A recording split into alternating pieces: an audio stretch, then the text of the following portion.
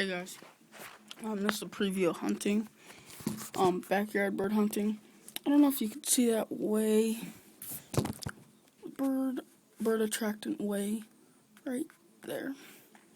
But if you can, it will be attracting the birds. And when I see one, to make sure it's a legal bird to shoot, I'll be using this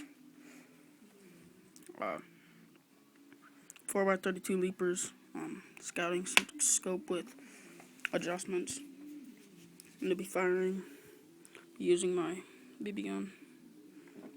I have a pellet in it right now, copperhead. Here's the bullet I'm using. It's a different one though.